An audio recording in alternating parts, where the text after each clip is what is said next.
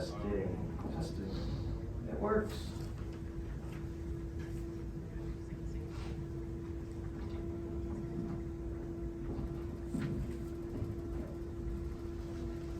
Okay, good morning, everybody. I think it's 8 a.m. and it's officially time to start that we can do this. Thank you for braving the time and getting here already, so you guys get a gold star from me. Good job. My name is Rohaly, and I am going to be presenting to you today about the forScore app. Just to get an idea, what grade levels we have. So elementary teachers, raise your hand, elementary.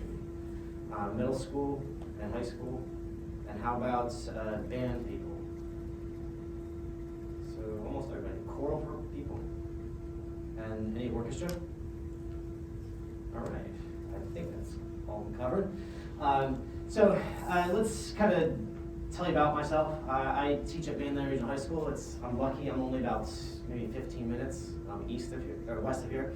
So it's a pretty nice commute for me today, yay. I do the high school curricular concert bands. I used to do marching band for a while, not anymore, I have children now, yay. And I do some jazz ensemble, pit orchestra, and guitar classes.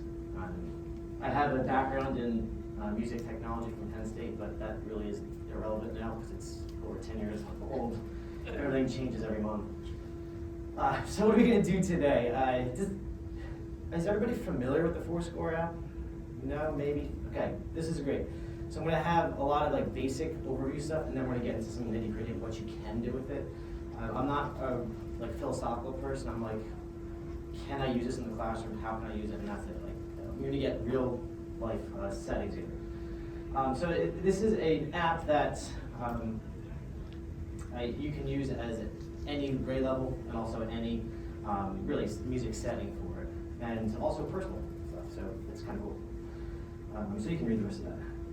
So this is an app only for iOS or iPadOS devices. Unfortunately, you can't use it with a Chromebook, or you can't use it with a PC. Or Surface Pro, we can't do anything like that. But it is like the most smoothest running app that you can do for music reading and music teaching. It's essentially at the most basic level. It's a PDF reader, but it has all these different options for us as musicians and how to kind of use that in tools for our students or ourselves. You can have different libraries in this and different set lists, and set lists are exactly what you think they are if you're going to a bar or you're going to do a concert set lists.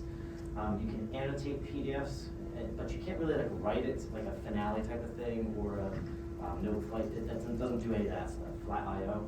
It's more of just, it's a PDF and I can write on top of it, scribble on top of it, but then there's all these extra features of the app itself. So it doesn't change music per se. And I already said it has some conductors tools in it, which we'll get to in a little bit. So I'm an advocate of, don't change for the sake of change, especially when they made us go digital for stuff. I don't want to just go digital for no apparent reason because they're telling us to. But I really think that this has a huge value in our programs. And I think the tools are invaluable for us. And again, I'm going to get to that in about 5 minutes here. There's annotations, there's syncing options, and then I think my most important one that I use is the audio files attached to it. And then everything's just in one spot. So just up front here, I'm not getting paid by them. It's a $20 purchase in that app store, but it also is on the family sharing thing. So if say you have a spouse that's also a music teacher, they can use it too without paying the extra money for it. So you just link up your family stuff on there. It's kind of nice. And then they have a $10 a year subscription thing. That's more of like, hey, here's a tip for forScore people. You guys are great, awesome, yay. It's just kind of getting the exclusive club. And you get some early features that they don't release to everybody else, almost like a beta tester for it. I think there's like if you're an organist, they have really good stuff like you can like twitch your mouth and it'll turn pages for you. It's really neat.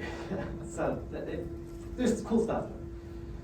All right, so I think you guys should be able to read on the papers. I'm going to be going back and forth between forScore and the presentation here.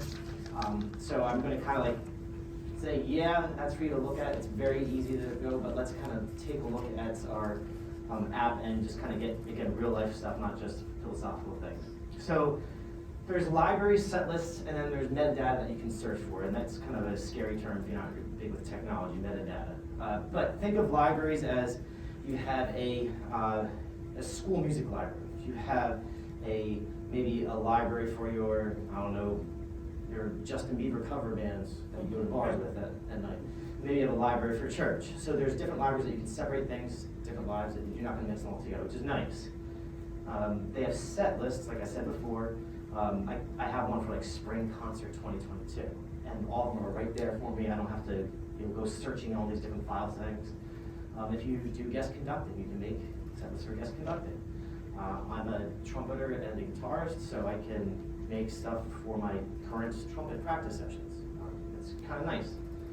Then metadata is just little pieces of information that's attached to each PDF that you can search for them quickly. So if you were looking for a flex band arrangement, you can just type in flex band, and if you tagged whatever piece of music that you put in there as flex band, you'll be able to pull it up real quick. So you don't have to go to, what was my spring concert of 2021? You don't have to do that.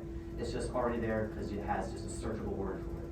So I have some examples of different things that you could put in there, whether it's fourth grade orchestra, concert choir, whatever it is.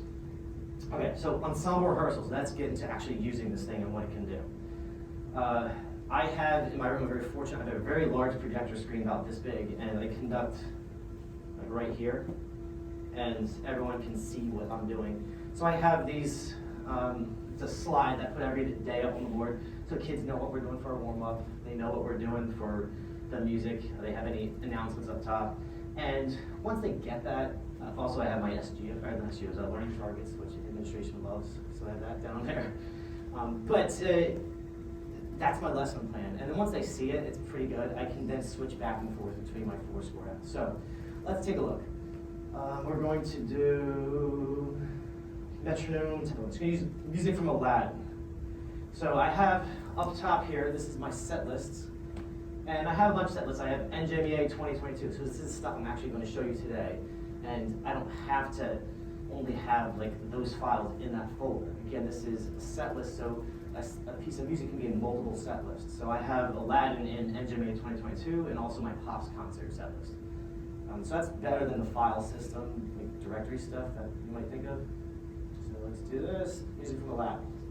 All right, I scan this in using my phone. It's very simple to do. It take me maybe 6 minutes, 5 minutes tops.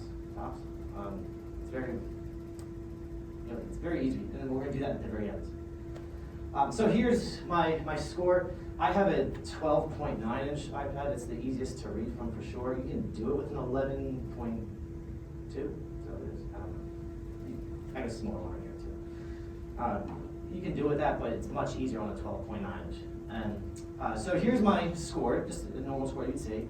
And I have some buttons and things on here. So this orangey, peach-looking button at the top, that is my metronome marking. So I have my 2 fingers, I can just tap on here, and it's pulsating my metronome, but I think this is just default one. I didn't set it. It says 128. That's not 128. So I click that. Now I'm at 128. If I want to make it audible and click, I can do that too. If I just want the visual, I can do that. So you have a metronome on here, which is awesome. And again, you can set these tempo buttons all throughout your piece of music. So if you just click that tempo, now you got it. Annotating. If you have an Apple Pencil, it works really well. It doesn't have to be the $100 Apple Pencil. They have them on Amazon for even like $20 ones. They work just as fine, to be honest. But you can annotate stuff. So maybe you want to, circle something down here. I have it circled. Maybe you want to highlight something. You can highlight that note. If you want to use any stamps, they have stamps for use. So if you don't like your chicken scratch, but now you can put arrows in here, saying, hey, I have to cue that instrument. It's all there for you. So these stamps are really cool for annotating. You can make custom stamps. I have one for the reading glasses, like, hey, watch. So now I have reading glasses right there if I needed to. We tell our kids to do that all the time. You actually have to live it. So I have that in there.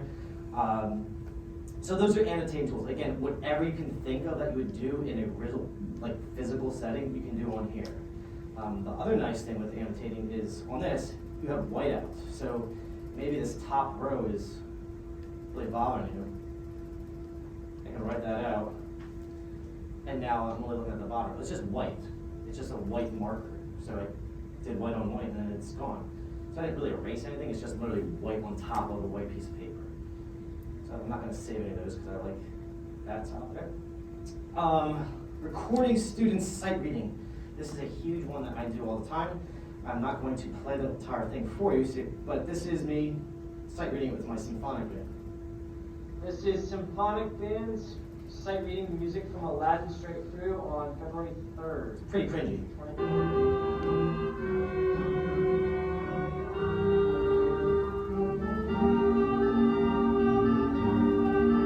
Everyone has the oboe that's like, if you have an oboe, but anyway.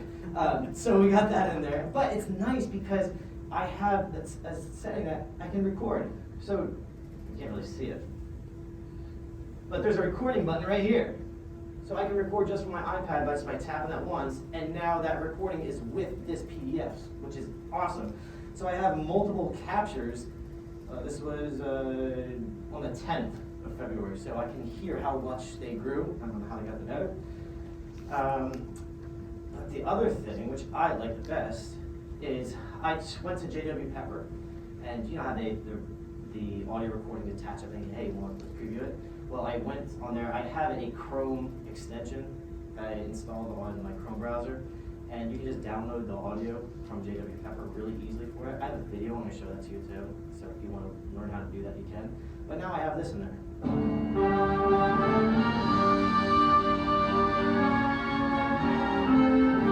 So it's exactly what it sounds like. So if I say low brass, you got to be pretty aggressive, like the recording over here. Where's my low brass section? I don't know. Wherever you guys got the melody, you can do that. But now you get the problem of, oh man, what am I going to do? Because now I have to hit the play button. I got to find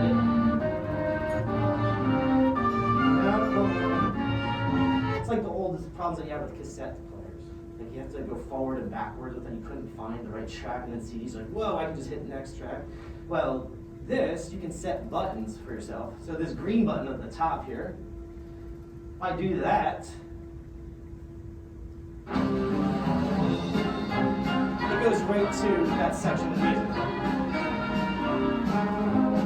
So how do I do that? Well, I'll show you how to do one right here. So I'm going to delete this one. All right, so in measure 8, this is the beginning of Arabian Nights. I got to find where that is.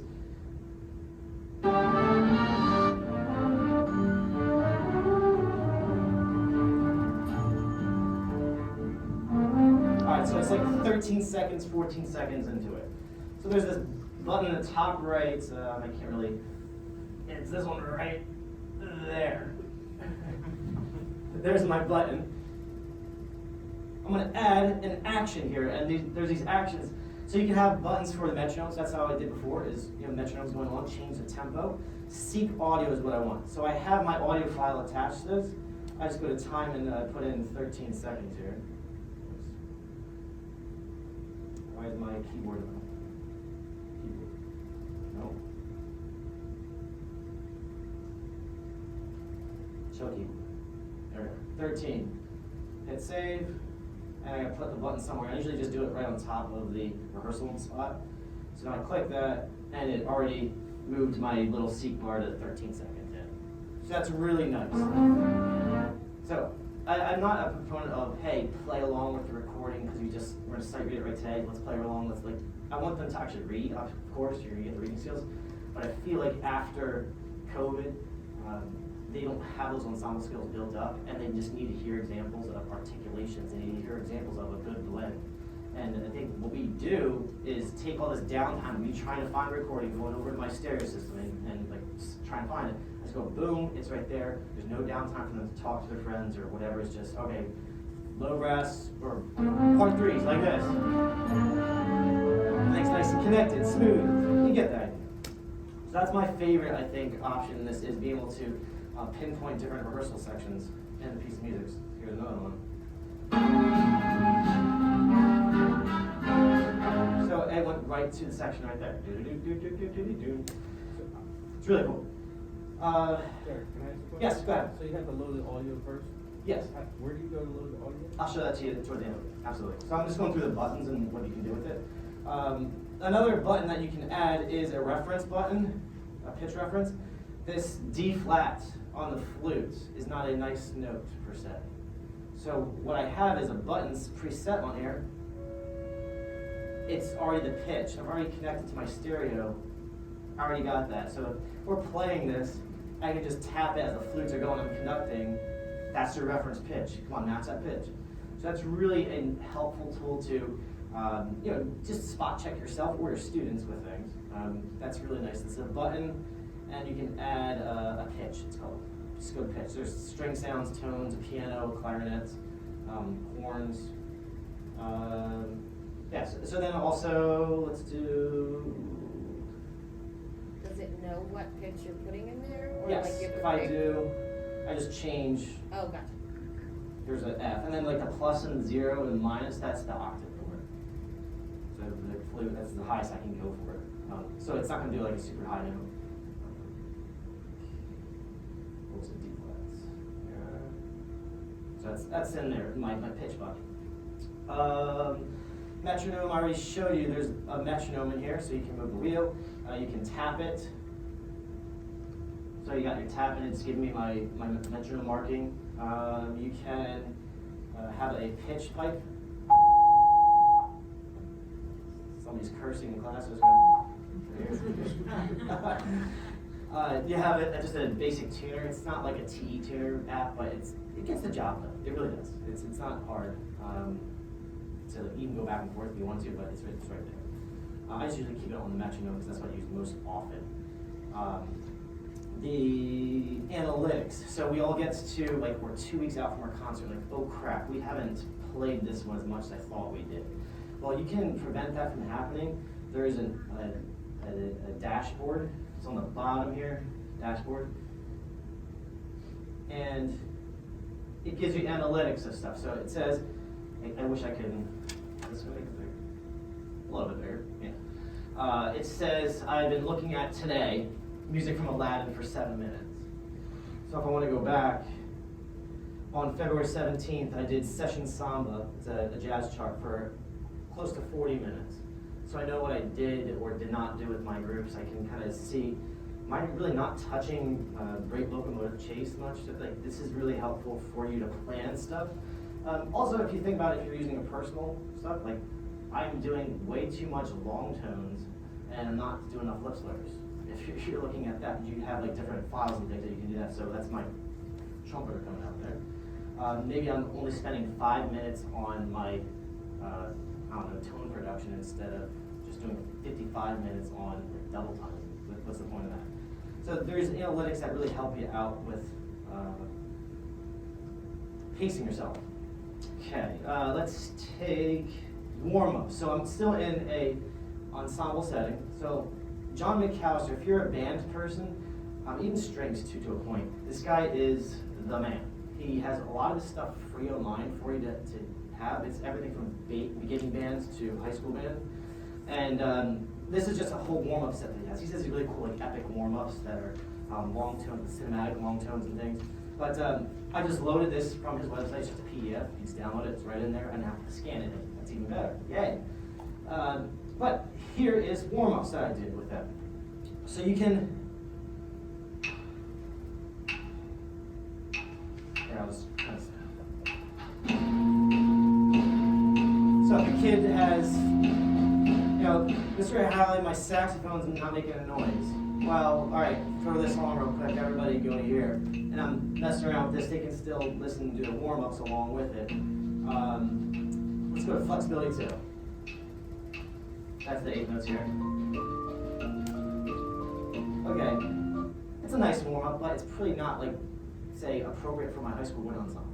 They can play grade 4 or 5 music. This is not like a great warm-up for them. So what I can do is you can make it harder, amp up the rigor, by going on the bottom here. There's a button on here, and you can change the speed. So if I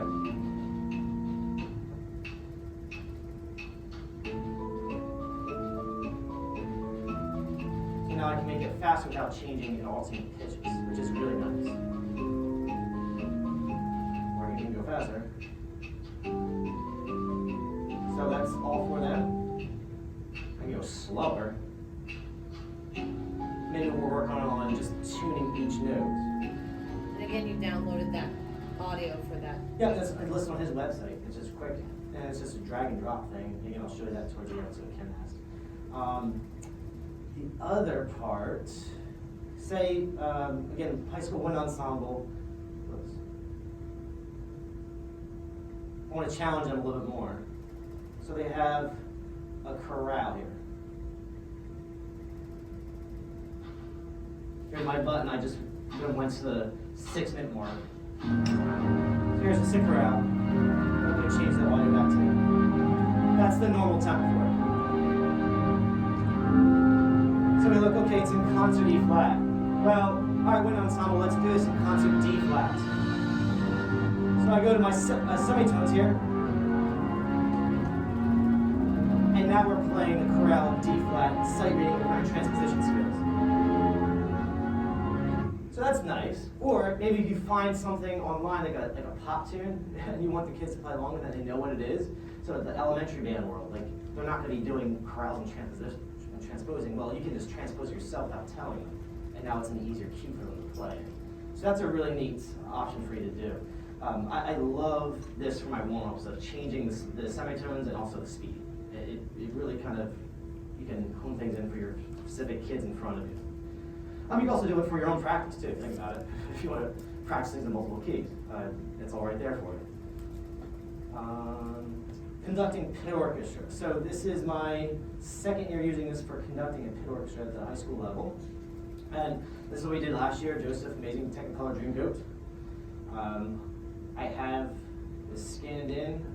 My coworker Amy Nelson, she found this. Where did you find it? Where'd she go? She just left. I think it was scribd.com, that website, SCRIBD.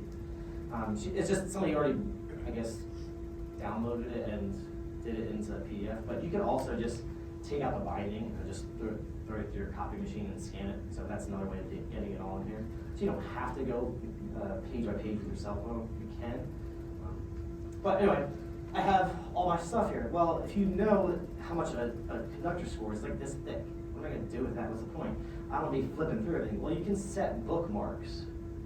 So up the top here, I have all my bookmarks set. So if I need to hear close every door, I'm right there.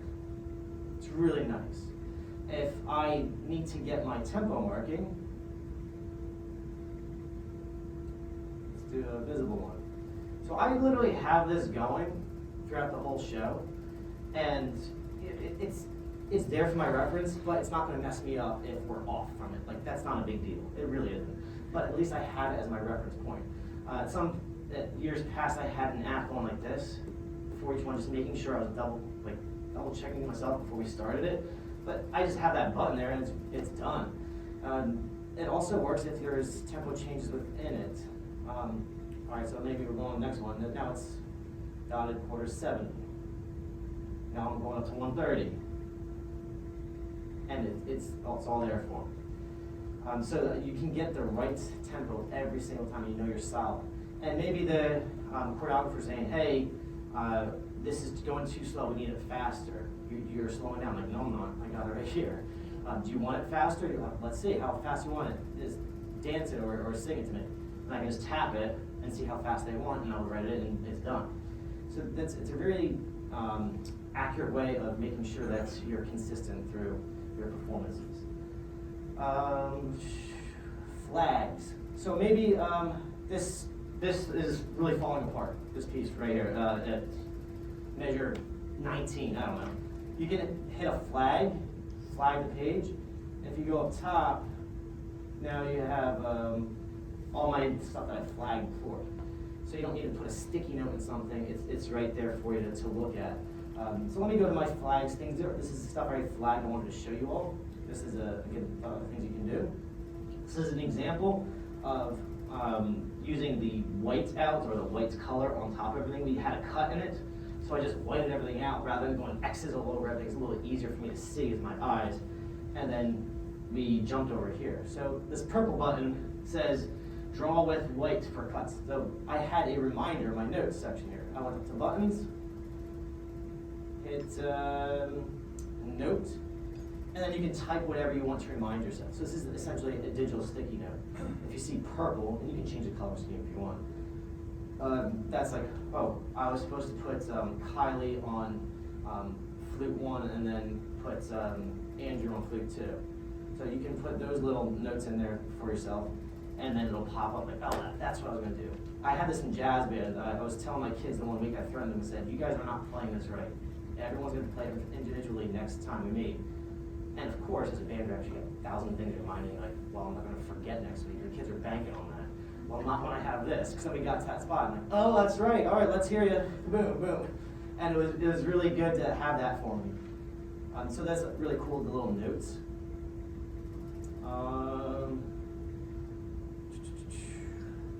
I have cut, link, and whiteout. So I have right here, we had a cut in it, and it was like 7 pages ahead. So we like skipped over a whole tune. And I have this blue one right over here. And instead of going tap, tap, tap, tap, tap, tap a bunch of times to get to the right spot, you link it to right there, and now I'm right there. So if you have like a DS coda, if you have some weird things, repeats, sometimes you have these things called links. So it's in the top section over here, and you hit links. So this is where I want my button on the left side. So maybe I'm gonna put it right here. And then this is where it's gonna take me. It's the same PDF, I'm just kind of going where I want to go. So I hit save, and now I'm right there in that spot. So that's really helpful too. No more like bunny earring something or putting the paper clips in there and just fumbling with that. I was awful with that all the time, especially in like a jazz setting where you're doing repeats. I'm on stage and going, trying to get back to the right spot. So I love having this for pit orchestra. This another button to go to the mega mix. We skipped one of the last tunes, so I'm right at the mega mix. I was there before anybody in my whole section, the whole pit, even if they only had to turn one page. I was there before them. So that was nice. Let's see. Okay, this is another thing too. So I was listening to the soundtrack and also listening to something else that was going on, and there was a discrepancy for it. So I just flagged it instead. So when I have a meeting with the director, I already have like what I was going to ask them and exactly what the page it is. So when we do director meetings, I can just go right up the top here and go through my bookmarks or my flags and say, hey, how about this, this, all right, great. It's going to save us time in not having this long-winded conversation through things. So that's nice. Also, if you're teaching vocals or anything else, even if you want to play, there's an on-screen piano. Like it works. It's functional.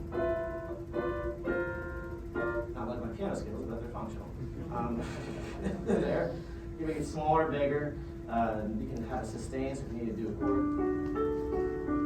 It's there for yourself.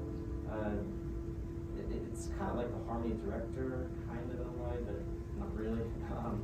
It gives you a piano right next to you, which is helpful in many times. Okay. Other menu items to at least talk about and worth mentioning. The settings. This is the only one I wanted to show you. If you go very to the bottom, there's a settings section, and you go to gestures. And this is where I have my quick gestures. So if I tap with 2 fingers, it toggles my metronome on and off. So I don't have to go to the metronome button every single time. I just tap it, it's on, tap it, it's off. So that's helpful for me. If I do long press, let's see. Tap and hold with 1 finger, it's annotating. So I don't need to go up to the top, make the menus come up, hit annotate. It's just one finger, hold it. Tap and hold with 2 fingers, I get to that button section. So if I wanted to do a tempo marking, I can do that. Tap and hold with 3 fingers is pausing my audio. Just tapping it with 3 fingers is playing my audio. That's, again, you can mess around with that all you want, but I just wanted to show you that you can change it and make it whatever makes sense to you. Yeah, there's a lot of settings here I'm not going to go into. I don't think it's worth our time, per se. Sharing. So let me go to, I don't know, go back to 11 here real quick. So if I wanted to share this score with somebody, you just go to the top here and hit share, And there's 3 options. There's a PDF. This is the original unedited version that I loaded up in like day 1. I can send that to somebody. I can send with my annotations on top of it, so flattening everything out, all my writings. And then there's the forScore file. So maybe I'm gonna send something to Ken over here, and maybe he's doing Joseph next year. I don't know. Maybe he is. I don't know. I can just send him that file, and now he's got all the tempo markings in there. He's got all the reference recordings, everything. It's like all bundled together. It's like a big backpack package. And think about if you're with your students, maybe you're writing something on a piece of music. Like the warm-ups here, John McAllister has each piece in here. So this is the horn. So I can say, all right, why don't you work on your range up here? So play C to B right here. And now I can just hand this to the kid by just going hit share, and then annotated PDF, and then it can send right to him. Or it makes it really nice for you. I also do that with my scores sometimes with my drummer for the pit orchestra. I give him all my tempo markings. I just give it right to him that way. Templates. So if you're working in Aladdin, and maybe there's an improv section in Aladdin, I don't know. Maybe there's an improv section. Or you wanted to write out a bass line for somebody. If you go up to templates, it's in the middle section right here. Templates. It gives you the basic music teacher things that you need. So it has, the 3 lines, grand staff, just regular manuscript paper, text. So I have this here, and if I'm going to write out an F major scale, maybe we're talking about a Brian Balmage's piece that uses a pentatonic in it. And you can write out the pentatonic scale for everybody real quick. In your lesson, this is projected behind you, and you write it out for them. Very quick and easy to do. Syncing, which is nice. This is another thing I do. You can have sync turned on for this, so I can go on my phone, an iPhone, and I have all my scores. Not that I'm doing this. I try to keep my life separate with personal life and school life, but if I'm waiting in the doctor's office, I just want to look at something, I can just look at it and make a change and then go back to it. That's nice. I have 2 iPads, one I keep at school, this bigger one, and that's just a personal one. So maybe I just forgot to bring this home one night. I can still do my work on an iPad and do it, or a computer. So if you wanted to type in all the metadata stuff, like I don't want to type on an iPad for hours. It's really annoying on the screen. I can go to the computer. There's forScore app on the computer, and I can just drag PDFs in there. Maybe you have it on your Google Drive, nice and easy, drag them in there, and they're now synced up to your iPad without you doing anything to it, which is really helpful too. Scanning. Does anybody have music with them by any chance? Whether it's free music or anything? If not, you can probably just take a piece of paper and do it though. No? Yeah. Oh, we do? Oh, cool. So I'm going to show you how to do it. That works. Thank you so much. River and Judea. All right. So I have a choral piece here. So we're going to make a forScore app, a forScore file for this. In the top right, I'm going to go to scan. Like any other scanning software, you have some basic functions. You can add it from a camera roll or just doing the scanning from this. But it auto-detects your pages, and it just took the page for me. I didn't even have to touch anything, it just went to it. So it goes really fast. Maybe.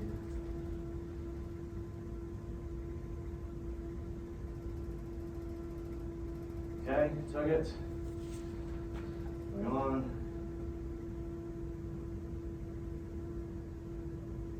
Good, I took that, and it was a little silly. Then it comes up with cropping. It's like, it's not right, it doesn't look right. So I can kind of find just my stuff. It's keep my scan and go for it. So you can do this for how many pages? Hit save. And now I have this, I'll call it river. Let's call it river. Hit save. So now I have river in my forScore app, nice and easy for myself right here. I can do any kind of annotating on it. I can add other stuff to it. I can add my maybe pitch things, So the other part is the metadata. So if I just tap the top of it, I have title here. I could probably do this.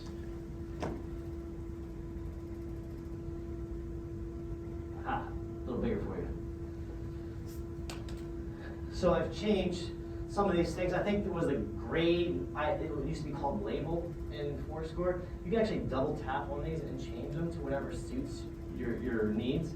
So I even contacted forScore. I'm like, what are these supposed to be for? Like, label is like a tag, but what was your thinking for it? They didn't really have an answer for it. They just said we made it editable for you, so if you want to change it, you can change it.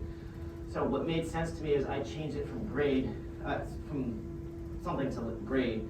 So it's like a grade medium or a grade 4. So I have that in there. I can search my library by stuff. Concerts, so I put what my concert history is for it. So maybe I played it in the winter concert of 2021. Put that in there. And there's also stuff like rating and difficulty. There's a 3-point system for difficulty. There's a time and there's a key. That's probably really good if you're like a gigging bar musician and you want to find some songs that are like in key of D. You can put that in there. And then on the bottom here, there's these little stuff. That one says libraries. Let me come down a little bit. So I have 2 libraries, a concert band library for mainland and then a personal library right here. So I can put this in my, say, personal library because I'm going to do this, or I can have it in both. It's really nice. Put it there. So then this is where you can add it to a set list. So I have all my set lists down here. So I was saying before, with a file system of just like a simple Google Drive or a Dropbox, you have to, that file lives in one spot. But if you want to put it in multiple set lists, you don't have to keep like duplicating this file. You can just put it wherever. So maybe it's a, you have your marching band like drumline percussion stuff, and you want to put it under percussion and also warm-ups. That's a logical thing to do for your set list. So it gives you the flexibility of having the same piece of music in multiple places. Trying to think anything else here. Oh, if you wanted to add stuff too, in an iPad, it has the files. Zoom back out. On an iPad, I can already link stuff to my Google Drive or Dropbox or OneDrive for school. And if you have your files there, you can do that. So this is graduation music that we use all the time. So I have this. I'm gonna hit share in the top right. And these are contacts, but you can open it up more. And then find, where's my forScore? So I go past that.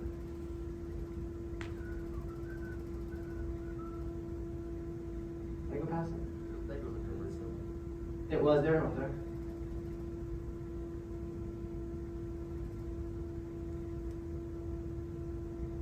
I don't see it. I do this though. I do. I promise you I do.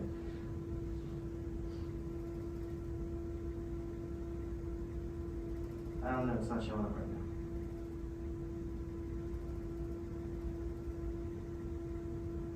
What a great way to show you guys. Awesome, right? Just how it works. So, if I had this even on my computer, I can airdrop it to my iPad. Like, there's multiple ways of getting there, so you have that. Other tips that I have for you guys. Let's see.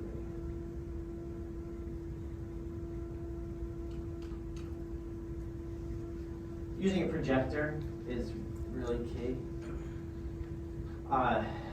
You can use AirPlay from an iPad or iPhone to a Mac natively. So I have a Mac Mini connected to my wall. I cried and screamed in my IT department to allow me to have a Mac even though we're a Microsoft school. But if you're not as loud and vocal and such a baby like me, and you only have PCs in your building, because I know IT administrators are really important about that. They have programs like, it's called Reflector or Air Server. It's only $20 or $12, and it makes your PC a dummy Apple TV. So it's a way of just airplaying wirelessly to your PC. And it's still a secure network.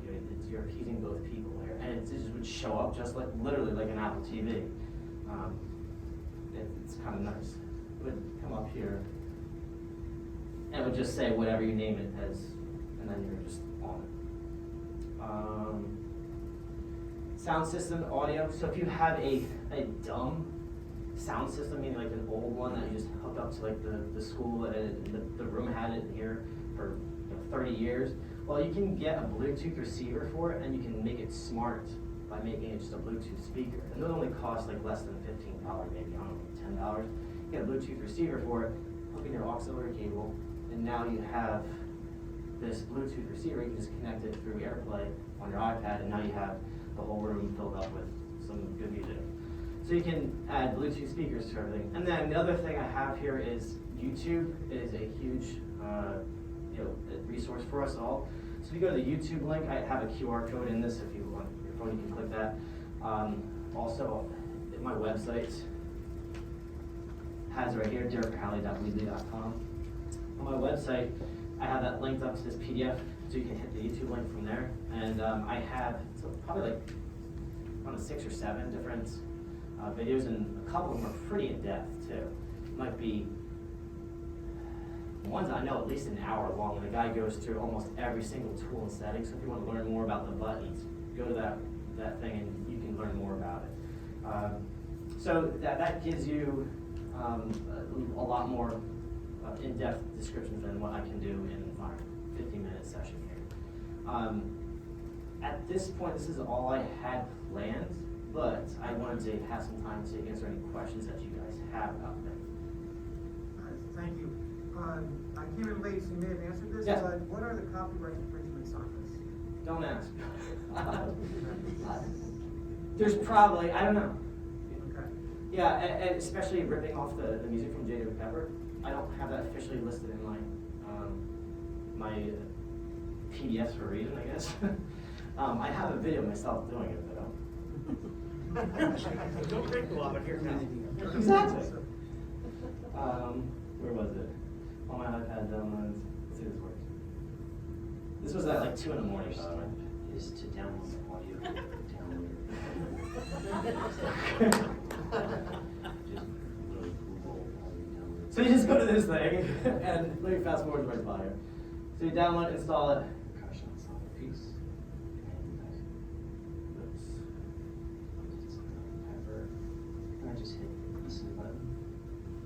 You notice now there's a little one that showed up over here, so I can click the copy button, and then hit Control C on a Windows computer or a PC. That's why I was whispering too. It was 2 in the morning. Okay, so go back over here, paste it. We have the audio download, and it's called listening, it's all listening. I'm gonna put on my desktop for easy reference here. It's on my desktop. Now on the. In forScore, this is the computer app for And it. so we go to the metadata area, and over here you can see there's a spot for audio. So I'm gonna add it to my desktop, because I'm gonna drag it over here. And now it's attached to it.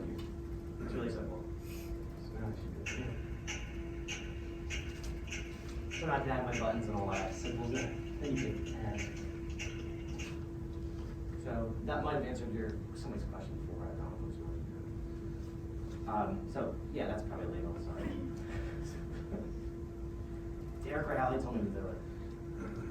Any other questions that I can? Maybe it's like a feature that you wanted to learn more about. Yeah. The question about your warm-up tracks, were the metronomes in those tracks to begin with? Yes, those were already in there. So I can show you real quick. Let's see. John McAllister. I'm not on there. I'm on my. I didn't think about that. So you type in his name, go to his website, and he has. I think it's. Look what it says. Free stuff. Warm-ups, yeah. Yeah, and then it's all there. Like, actually, I'll show you. I got a lot of them.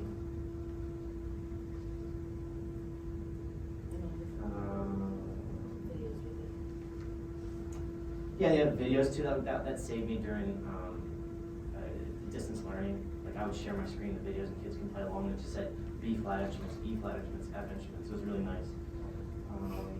These are my current warm-ups that I have. So if you know anything about function chorales, Steve Lillo, I have my function chorales on here. So I just project this on the board and they can just read it. That's really nice. Cinematic scales.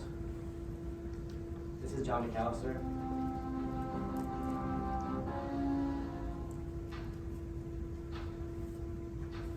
And it goes through all the scales.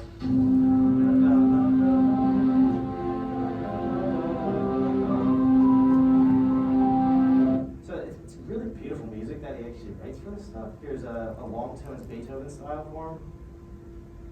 Yeah, and I can put this up on the board and everyone can just read it since my projector's this big.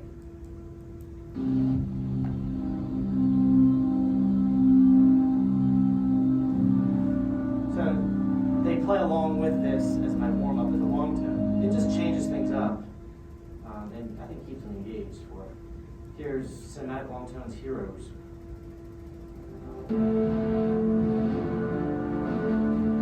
And they're just long tones, it's great. It's so epic.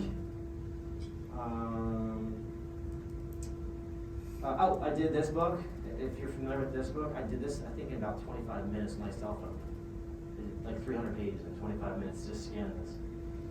So I have the whole thing. And I was going to put my bookmarks in, but I just never got around to it, so I can go to like my D-flat technical exercises real quick. I can do that. Or, And you just use the scanner that's in this app. You can use that. Yeah, my preferred scanner is Genius Scan. It's a separate app. I like that better. But this, for everybody's like basic knowledge, this is more than adequate to use. Yeah. You can change right here. That button up top, there's a little arrow, and this button up here, there's an arrow. You can customize that so it's your most frequent used item. So you just hold on to it, and you can change it from scanning. So if you're a person that scans a lot, or you need to crop something or rearrange, make links to it, and take that. Same thing over here, so you can customize these to whatever you want. So if you are a choir rehearsal, you want piano on there, just click that and the piano comes up real fast. I don't have to go through the whole menu to search for it, and it just goes right in there. The libraries. Here's my personal library.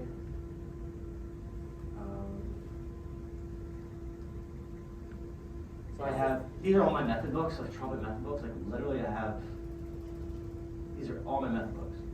Ad routine, the Armin's books on here. And all this music, I think I checked my library, it's only about 6 gigs. So I have over probably 1,000 pieces of music in here that I've collected over the years. And this app has been around for more than 10 years, I want to say that too. Some people are hesitant to join a new piece of technology just because, like, well, it's going to be around 2 years, kind of like an administrator. Are they going to be around another 2 years from now?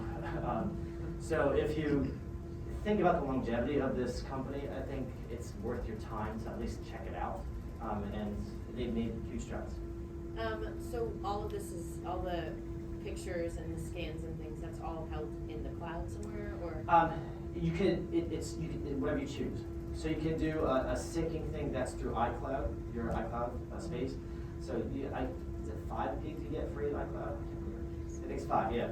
I pay for the bumped up version, might be like $8 a month, I don't know, $6, or maybe it's 4. I don't know. It's pretty cheap. And I have zero worries about any of my stuff syncing. Or you can just keep it on your iPad too. If you have memory. Yeah, so, and if you wanted to like update or make backups for it, you can do that. So if you're afraid, like, oh man, what if you know, I'm on the marching band podium and a kid kicks it off? That happened to me and the whole thing broke. What do? Well, you have this backup you can do every so often, and you just add backups to it, and you can share this to, say, your Google Drive, or if you want to save it to a thumb drive on your computer, you can do that too. So that's like really helpful for yourself. It's extra security for it. Any other questions? Yes? The recording you did of your students' sight Yeah. reading, is there any way to download that Yes. recording and then share it to the kids too? Absolutely. I'll show you. It's very fast too. Do you use like Google Google Classroom. is Yep, great. super easy. If I go to my set lists, loud in here. So this is the actual recording, or a site reading it. So if you go up top, I think it's audio right here. Whoops. Yeah, I have my recordings. This is what's in it right now. Symphonic bands run through on the 10th, and then the site reading. If I just go here and hit the I, you hit share, and then it saves your files or wherever you want to from there. Awesome. Yeah. So that's nice. I want to send it to your parents. So their parents can do that too. Not that you want to send them site reading sounds, but. Any other questions? I know you said this before, but how did you actually get the recordings from Pepper onto here? Or from anywhere, actually? I just drag it on my computer. Oh. It's this video thing. And on my website, Is to download. I have this linked on there, so if you want to watch this video, Extension for Google Chrome. Thank you. Again, I don't know if that's incriminating myself or not, but whatever. Take me out in the ambulance. Didn't see that. Yeah, so if you need to go back to this, once you have the file, and you have the sync turned on your computer, all you do is drag it over, and now it's going to be on your iPad. If you don't know how to do that, or like say you don't have the sync turned on and you want to pay for that, on your computer, you can just do the AirPlay to your device, and then you choose where to put it. Let's see.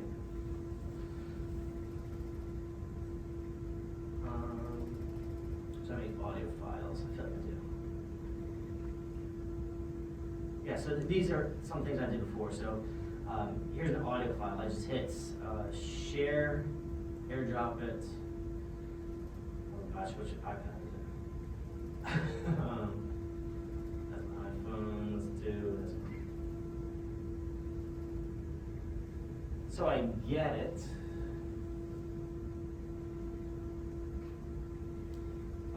And then you say where you want to put this,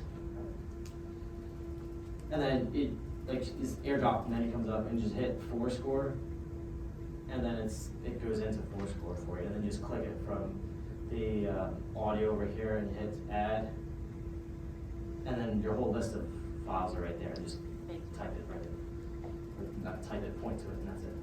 And then it links it together, and you get multiple ones. So if you're doing like other Pops concert, we're doing Red Hot Chili Peppers. So if I wanted the JW Pepper version, but also the actual Red Hot Chili Peppers, different sounds, like for those in there too. And guys, play more like this, and that's another use of it, I guess. How do you set the metronome buttons? Yes. To reflect the tempo that you want instead of what you have the metronome set to? You know what I mean? Like. I think I do. So, for example, if this goes, do this. So if I'm already at like quote unquote 60, they're asking, and I want it to now be 180. Yeah. Just go up to the top, hit button, change tempo, and then my tempo is 180. Hit save, and now I have to put the button someplace. So I usually put mine like literally over the metronome marking, so I know that's what it is. And you have to tap on that button for it to reflect? Just once, yes. And there's advanced options too, like you can record yourself. It says replay. Record your page turns while listening to this audio track for your use during subsequent plays. This is helpful if you're gigging someplace and you have a backing track to yourself and you have the music and you want to like record yourself going through, so you don't have to use like a pedal or tap it. Maybe your guitar is doing something. Like you can record yourself. But I have this set up too. It's just tapping it with the Bluetooth pedal. That's kind of nice.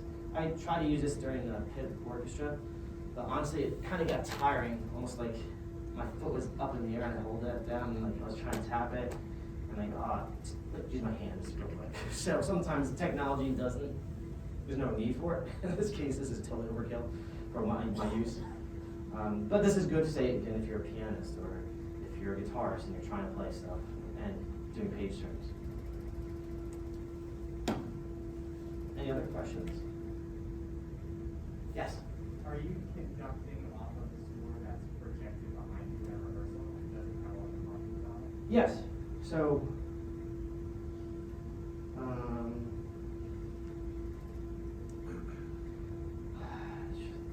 spring concert. So I tell my kids, I have to resync this.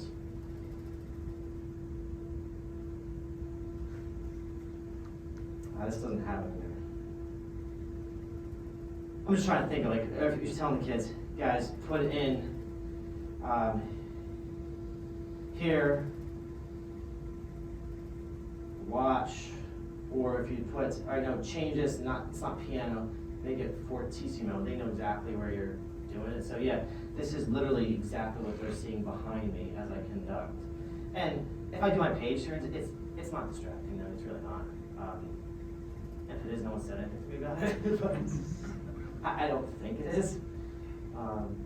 Or I also have scans of every instrument. I don't have this for all mine, but sometimes like if a kid needs something to do, if they're a tri-M person trying to get service hours, like here, scan this for me, take it home tonight, and they'll send it back to me, and it's already scanned. That's another idea we can do. So if you have your own time, like, that's something a kid can easily do. So if you want to say, all right, no, that's not an oboe solo, it's me. And then you can send that to Johnny if you wanted to. You can make all the changes on here exactly for them too. And if you wanted to, like if you're going to be using this a lot, I guess you could put bookmarks for this one, say the trumpet page, this is the clarinet page, this is the percussion 2 page, and you can just go flying right to it. Whoops. And there's my alto saxophone page. So you could do that, I guess, but it's kind of overkill. Any other questions? Well, if you need to contact me, my contact's on the last slide there, derekrohaly@gmail.com. My website has if you just go to the bottom, there's a button that has a Google Drive link to that video of me doing illegal things. Wait, let me rephrase that. Of me browsing the internet. And that can help you out with some things. And if you have any questions for it, please, again, shoot me an email. I'd love to help you out with it. I'm learning how to use this every day in my classroom, so if you have great ideas too, please let me know. I'd love to collaborate with you guys. You're smart people too, it's not just me. So thank you for your time, and again, you guys get gold stars for coming at 8 a.m. Yeah. Thank you. I